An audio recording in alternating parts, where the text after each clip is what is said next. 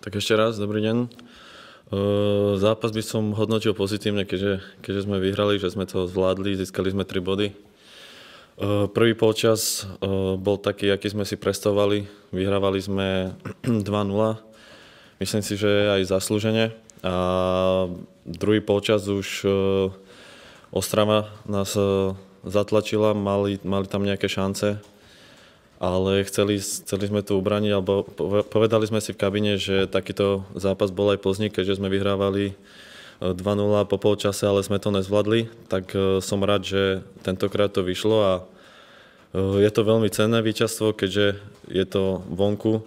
A ako aj tréner povedal, prehrali sme s nimi pohári a chceli sme im ukázať, že aj my máme kvalitu a že vieme nad nimi vyhrať. Jaký zároveň s ním, prosím, otázka na sebe. Já se dal na ten gól, dobrý den. Tak vletěl jste tam z druhé vlny, ještě jste sebral síly, bylo to 45+5. Neříkal jste si třeba, ještě držíme výsledek, radši nikam se nepoženu?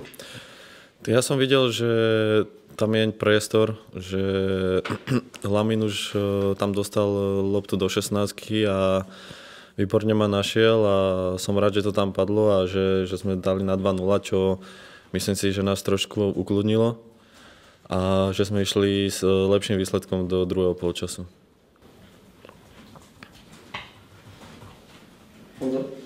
Když na to navázal, na podzim si myslím dal 3 góly, jestli se nepletu, teď to čekání bylo docela dlouhý, nevrtalo ti to už v hlavě? Tak jasné, že každého hráča vrtá hlave, keď dlhší čas nedá gól.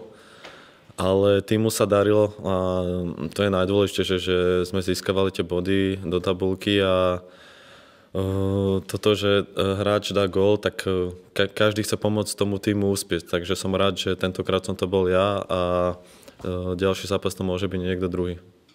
Tam v druhém poločase byly pasáže, když jsme byli pod velkým tlakem, tam řekl bych, že i trenér tam dobře do toho zasáhnul a trošku vám to pomohl jako rozmělnit.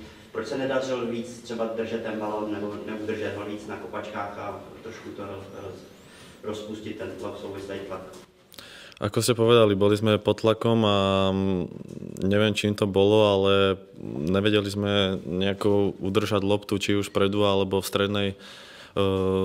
strede ihriska, ale ten tlak bol celkom veľký, ale keď je ten tlak, tak je dobré to nejako rozkuskovať a som rád teda, že to vyšlo, ale škoda toho gólu, že neplatil na 3-1. Myslím si, že to by ten zápas úplne ukludnilo, ale museli sme to dohrať do poslednej sekundy. To 5. místo máme prakticky jistý, chybí nám, máme 11-bodový náskok. Co by to znamenalo, kdyby třeba Olomouc vyhrál ten bora, byli jste hodně zklamaný, kdyby jsme se do té pohárové Evropy nedostali? Tak to 5. miesto je veľmi pekné. A myslím si, že tento tým by si zaslúžil hrať aj v Európe, tak verím, že sa to splní a že budeme hrať, ale ešte není nič rozhodnuté, ale verím, že sa to dostane do takého konca, že budeme hrať Európu.